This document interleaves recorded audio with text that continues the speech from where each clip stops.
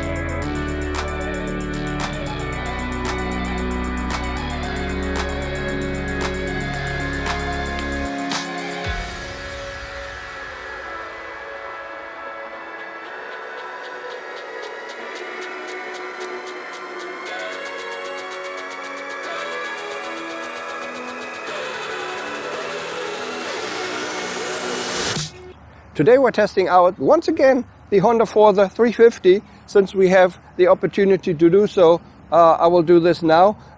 We will do a full test ride actually. I will show you a bit around how it rides, how it handles, and show you the scooter from up close. We will get to the controls, display and storage space in a moment. Yeah, other than that, this I rode it here to this beautiful place near the ocean or near the Mediterranean Sea already, and it is very nice. And I don't think really by comparing also once again the specs from the X-Max 300 and the 350, I do think they're on par with the power. There's no difference. The Yamaha dealer told me apparently the Euro 5 version is the same as the Euro 4 version. I don't know. It's hard to believe, but maybe they put in the Euro 5 exhaust system already in the last year. I don't know. Anyways, we will get to the controls, display and storage space for you now. So on the left hand side we have the traction control switch. We can turn it on or turn it off right here. Then on the left hand side we have the switch for the high beam, low beam passing light. We have the switch for the, I have to turn it on I guess. We have the switch for the windscreen, which goes up and down just like that. Then we have the info A button, we have the horn, we have the left and right turn signal switch, and we have the info B button right down there. On the right hand side we have the kill switch, the hazard light switch and the starter switch. In the middle console we have the ignition switch to turn it to ignition, the seat fuel to turn it to open up the seat or the fuel cap, and to lock the scooter or to lock the steering wheel. When it comes to cubby holes, we have one cubby hole in the front. We can open it up while the scooter is actually turned on because it's lockable. We have a USB-C connection in the rear there, I don't know if you can see this. And on the right hand side we don't have anything. So let's open up the seat. We have to put it to seat, fuel, and press the seat button. We'll open up the seat now.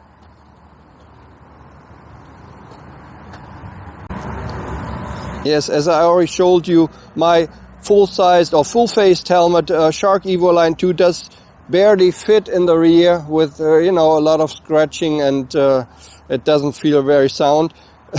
Very safe and sound. On the lower position, maybe a jet helmet or a very small full-faced helmet. I'm not really sure. They say, I think you can put two full-faced helmets in there, but I seriously doubt that. I think actually they mean small full-faced helmets. So that's a storage space underneath the seat. Yes, I tried to put in my Shark Evo Line helmet number 2, which just barely fits in this position in the far rear position.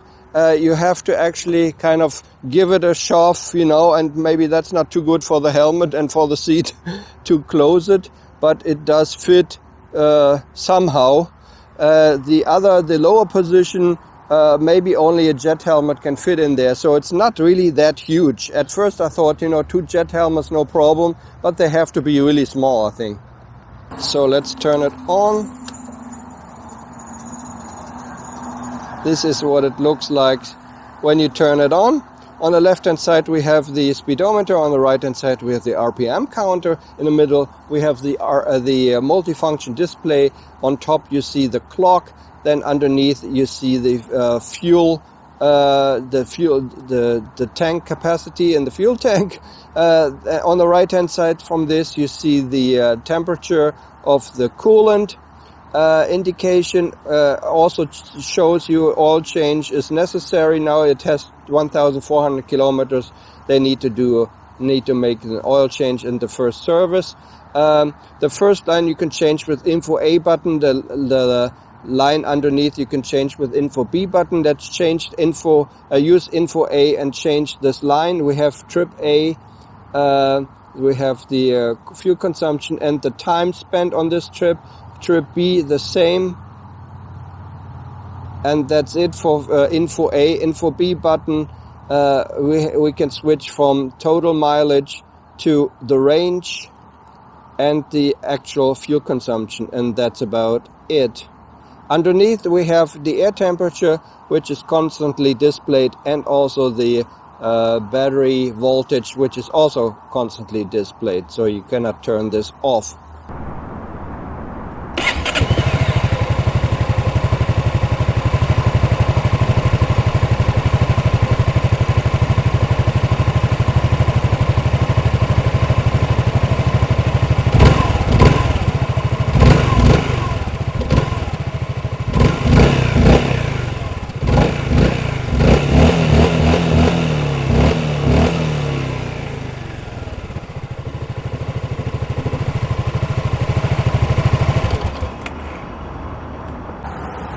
Yes, so that's basically it, my explanation of the controls and so forth.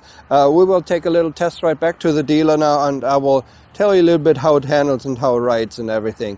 Yes, so we're back with a helmet camera. So let's go back to the dealer in Fuengirola. And thank you very much to ServiHonda in Fuengirola for letting me have this scooter for the test ride. In order to turn it on, you push this button or this switch, you switch it to I, which means ignition, and then we can start up the engine by holding the left brake lever and pushing the ignition switch here or key, and there we go. It shows traction control is currently on. You can disable it by pushing it. Now it shows traction control is off and traction control is on. ABS light will go off in a few seconds. So that's about it. So let's go back to the dealer now.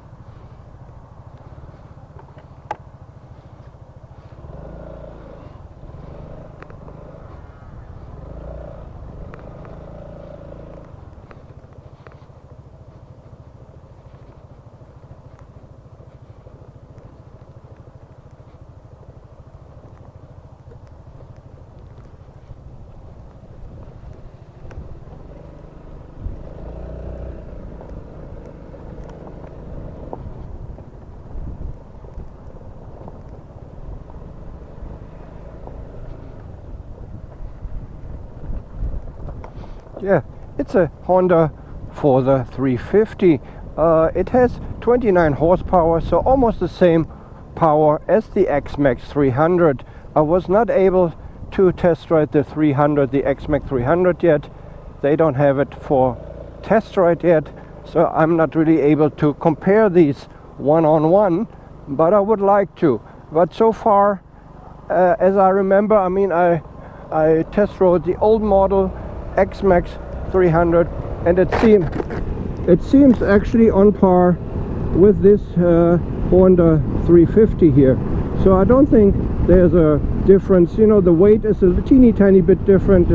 This one is 4 kilos, weighs 4 kilos more, but it has more power. It has a teeny tiny bit more torque, like 4 Newton meters, I think.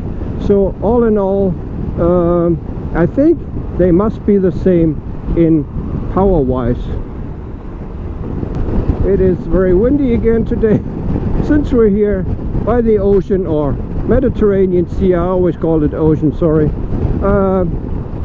Yeah, we often have very strong gusty winds, and then of course, you know, especially on a scooter or on a bike with a windscreen, actually can mess up the whole review. First of all, because of the sound from the microphone, and second of all, you get a wrong impression, you know, what actually the windscreen does for you. Usually it does a pretty good job, but when the wind is coming from all directions, it is kind of hard to judge if it's good or not. So we can lower the windscreen, and we get the full force of the wind in our face. We can raise the windscreen, and it is much better actually.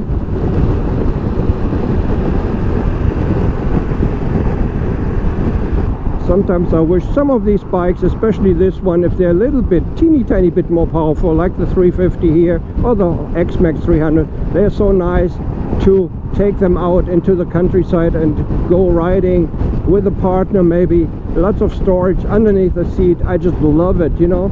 I don't have it yet, you know. I'm still saving my money for one of these. And I don't know if it's going to be the 350 from the Forza series or the X-Max 300. I haven't really decided yet.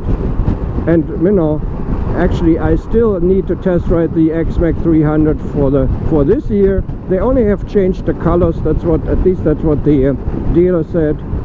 But still, I would like to test ride it before I buy it, right?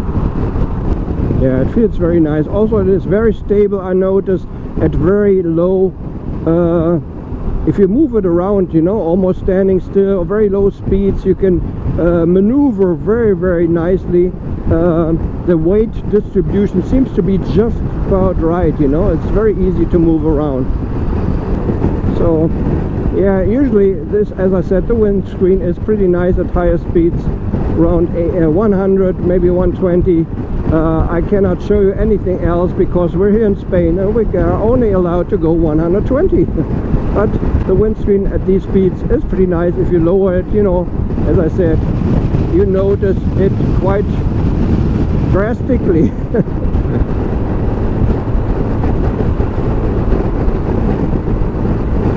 Yeah, seems to be a very nice deal for touring and, you know, daily trips in the countryside. Really, really nice. I like it already, and I still don't have it yet. The seat is, yeah, it is very firm. You have a lumbar support here in the rear as well. Actually the seat or the seating position is not not for big people, actually, for tall people. I'm 175, and you can only stretch your legs like that a little bit, but you still have this knee angle, which is kind of fairly sharp, you know, kind of a sharp angle or whatever you call it. And yeah, so you shouldn't really be that tall on this scooter, or almost on any scooter, because, you know, on most of the scooter there's not so much space for you. Pretty nice performer, and I don't think it is any less powerful than the X-Max 300. I don't think so. Not anymore. Maybe even more powerful. I don't know. But you know, in order to say that for sure, I would need to test them like side by side or so, but I haven't been able to do so yet. Yeah, it is very easily manageable, very agile, nice big Gran Turismo scooter. Yeah, it is pretty big, you know, fairly powerful. Why are they going so slow? And so really nice for if you take a little day trip. Yeah, the mirrors are also quite nice. They're very wide angle-ish. They're kind of far away, but of course, I mean, that wouldn't be a problem. You don't adjust them very often. The mirrors are very nice, and you know, the seat is hard, as I said, and the seating position is a little teeny tiny bit cramped actually. We're basically already back at the dealer. I hope I just gave you a teeny tiny bit impression of how it handles and how it rides. I know we don't have very much time, but I'm just off to the next test ride already. Yeah, it is pretty nice. I would definitely recommend it if you're looking for a scooter in the 350 or 300cc range. I would definitely recommend the Honda Forza 350. There's nothing really wrong with it, and I do like it. Anyways, thanks very much for watching. This has been a rider out. Take care. Bye bye.